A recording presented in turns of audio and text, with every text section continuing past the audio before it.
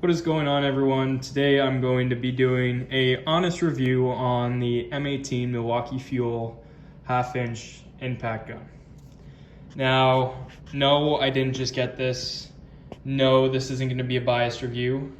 I've actually had this gun itself for 3 years now, and I'm going to just tell you a little bit why I bought it and some of the pros and cons and what I like about it.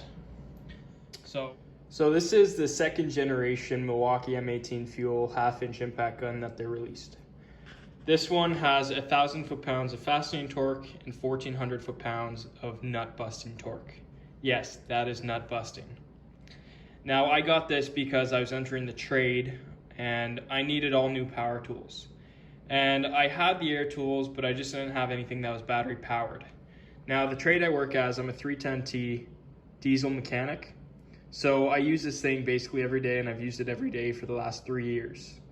And a lot of people are telling me, buy Snap-on, buy Snap-on. And yeah, sure, Snap-on is a great brand, but because I was entering the trade, I wanted to do my own research and see what was the best bang for my buck.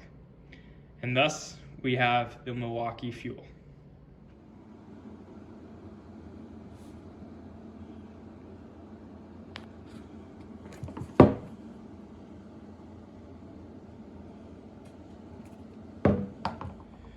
So if you're like me and you're really cautious about where you spend your money, you'll do a deep dive and you'll come to find out that Milwaukee is actually owned by a large tech company, meaning that all the circuit boards, all the motherboards, and all the battery powered operations of this gun itself is designed by a company that makes motherboards and computer chips.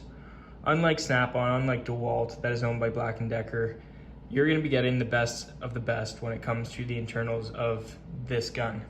No, it might not say Snap-on the back, and all the other mechanics might not be as envious as you because you don't have a Snap-on.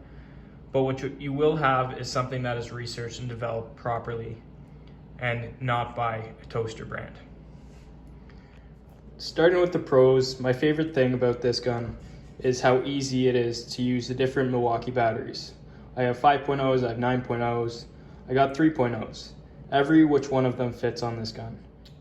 Another pro to this gun is the fact that it has multiple different torque settings. As you can see, there's a 1, a 2, and a 3, and then there's this logo right there. What the 1, 2, and 3 do, by pressing this button, it changes the amount of torque available to the gun. So inside there's computer chips, there's motherboards, and there's limiters to how much it can provide. That way, if you're working on something that might not need the full 1,000 foot-pounds of fastening torque, you could set it accordingly. Now this logo right here, the 4th setting, that's for your nut busting torque. Yes, the nut busting torque.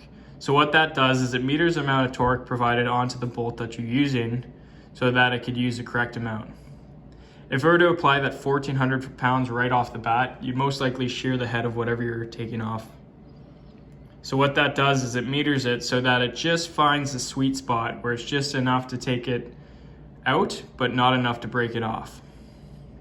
Another pro to this gun is that it's got this light down here. Now this light, it amplifies once you press the trigger. And yes, it is pretty bright. The benefit is that if you're working somewhere in the dark and you can't necessarily see, well, now you got this nice handy light at the bottom. Another thing I like is that the battery level is independent of the actual battery. Some guns provide it up on the side. They might display it up here. This one's on the battery, so you're not mistaken if you grab a bad battery or not. Now let's get into the cons. And to be honest, there's not many. I'd say the only con to this is the weight. It is really top heavy, and it is pretty heavy in general.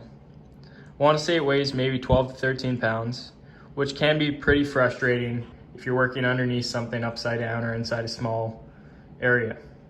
Now, obviously, there's a big electric motor in there, which is gonna provide you with the numbers on why you might have bought this gun, but the downside is it's gonna be pretty heavy. Another con is the overall profile of the gun itself. The shank is a little too long and it creates for a little too big of an overhang. Now, there's been 1 or 2 jobs where I've been limited because of the overall length of the shank and the electric motor. Not to say that that's a downside to this gun, because with all that power, you're gonna have some takeaways, And compared to all the other guns out there, it is pretty on par with the overall size. But in the future, I'd like to see Milwaukee maybe cut down on the overall shank size. Now, what's cool for this gun and what I highly recommend is that you go to Blackrock Tools and you purchase a boot. So I've had this boot on the gun since I bought it, and this is 3 years of working on 60 hours a week, dirty jobs, and you can see it's pretty clean up top where the boot sat, where below is going to be all that grease eats away. The boot was around $30, and honestly, for the price you're paying for this gun, it saves it big time. And people could actually see that you're running the good stuff. Overall, I give this gun a 10 out of 10. Though the profile is large, it's done everything I've asked it to over the last 3 years, and it's held up. Milwaukee did a hell of a job designing this thing, and if you're thinking about buying one, I honestly highly recommend you do. It saved me on a lot of jobs, and I don't really need to bring out the breaker bar anymore. Definitely makes the older mechanics jealous. Anyways, like and subscribe. If you want to see more, I will be releasing more content revolving around reviews of Milwaukee equipment, as I have lots of other things to review. But for now, thanks for watching.